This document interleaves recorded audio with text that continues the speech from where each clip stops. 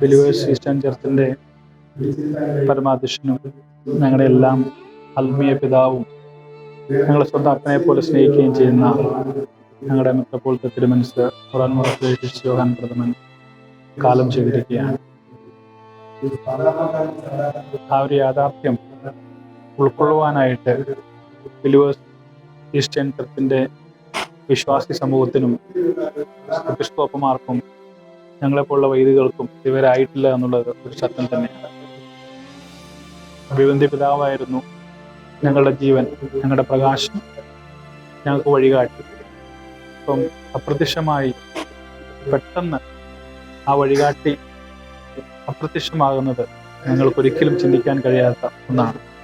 ഞങ്ങളുടെ മാർഗ്ഗദീപം അണഞ്ഞുപോയ പോലുള്ളൊരു ഫീലിംഗ് ആണ് ഞങ്ങൾക്കുള്ളത്. എന്തു തന്നെ ആയാലും ദൈവത്തിൻ്റെ കരുണയിലും കൃപയിലും ശരണപ്പെട്ടുകൊണ്ട് അഭിവന്ദ്യ മെത്രാപ്പോലീത്ത തിരുമനസിൻ്റെ അന്തിമ ശുശ്രൂഷകൾക്ക് വേണ്ടിയിട്ടുള്ള ഒരുക്കങ്ങൾ ആരംഭിക്കാൻ വേണ്ടി സഭ തീരുമാനിച്ചിട്ടുണ്ട്. ഇന്ന് വൈകിട്ട് സഭയിലെ ബിഷപ്പ്മാരെല്ലാം ട്രാവൽ ചെയ്ത് വന്നുകൊണ്ടിരിക്കുകയാണ്. ഇവിടെ എത്തിച്ചേരുന്ന മുറയ്ക്ക് തന്നെ ഏകദേശം രാത്രി 8 മണിയോടുകൂടി സഭയുടെ എപ്പിസ്കോപ്പൽ സിനഡ് ചേർന്ന് മറ്റ് കാര്യങ്ങളിലേക്കുള്ള തീരുമാനം എടുക്കുന്നതായിരിക്കും. ഞങ്ങളുടെ എല്ലാ ആഗ്രഹവും അഭിവന്ദ്യ മെത്രാപ്പോലീത്ത തിരുമനസിൻ്റെ ആഗ്രഹം പോലെ തന്നെ അദ്ദേഹത്തെ ഇന്ത്യയിലേക്ക് കൊണ്ടുവന്ന് ഇവിടെ അടക്കണം, അദ്ദേഹത്തിൻ്റെ അന്തർഗത ശുശ്രൂഷകളൊക്കെ അപ്പുറത്തൊക്കെ ഇവിടെ നടക്കണം എന്നുള്ളത് തന്നെയാണ്. അതിനുള്ള പ്രാർത്ഥനയിലും ഒരുക്കത്തിലുമാണ് ഞങ്ങൾ ഓരോരുത്തരും ആയിരിക്കുന്നത്.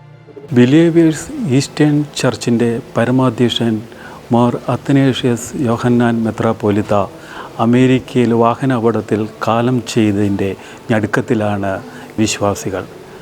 ആസ്ഥാന മന്ദിരത്തിലേക്ക് രാവിലെ തന്നെ വലിയൊരു ജനപ്രവാഹമാണ് ഇവിടെ ഒത്തുകൂടുന്നത്. ഇവരുടെ ഈ സഭയുടെ മെത്രാന്മാരും മറ്റും അധികാര മേഖലയിലുള്ളവരും ഒക്കെ ഇന്ത്യയുടെ പല ഭാഗങ്ങളിൽ നിന്നും ഇങ്ങോട്ട് തിരുവല്ലയിലേക്ക് യാത്ര തിരിച്ചതേ ഉള്ളൂ.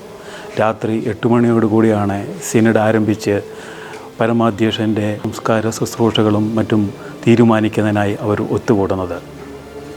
തിരുവല്ലയിലെ ബിലീവേഴ്സ് ആസ്ഥാന മന്ദിരത്തിൽ നിന്നും സജി ആൻ്റണി, ഷിക്കീന ന്യൂസ്.